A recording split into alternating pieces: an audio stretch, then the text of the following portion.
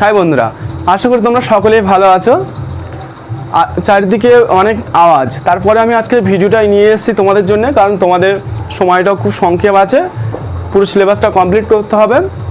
Primary ইন্টারভিউর জন্য তোমরা যারা প্রিপারেশান নিচ্ছ, অনেকে ডিএলএডটাও অনেক আগে করেছো, তারপরে কি হয় মার্ক ডিভিশন কত মার্কস ছিল, কত সাবজেক্ট ছিল, কোন কোন পেপার ছিল, কত মার্কস ছিল, অনেকে ভুলে গেছো। তো এক্সামিন হলে এক্সামিনাররা জিজ্ঞেস করে যে তোমাদের পার্ট ওয়ানে কত মার্কস ছিল, পার্ট টুতে কত মার্কস ছিল, পার্ট ওয়ানে এক্সটার্নাল কত ছিল, ইন্টারনাল কত ছিল, এই সমস্ত কোশ্চেনগুলো করে থাকে।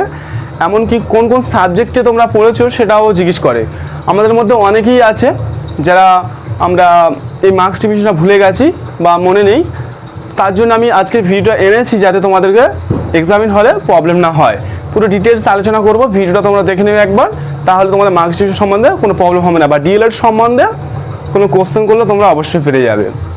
ভিডিওটা শুরু করার আগে অবশ্যই বলবো ভিডিওটা বন্ধুদের কাছে লাইক শেয়ার করবে, এবং যারা নতুন আছো অবশ্যই চ্যানেলকে সাবস্ক্রাইব করে রাখবে, কারণ আমরা প্রাইমারি ইন্টারভিউ সম্বন্ধে গুরুত্বপূর্ণ টপিকগুলো নিয়ে আলোচনা করি, যেটা তোমাদের অনেক উপকৃত হবে।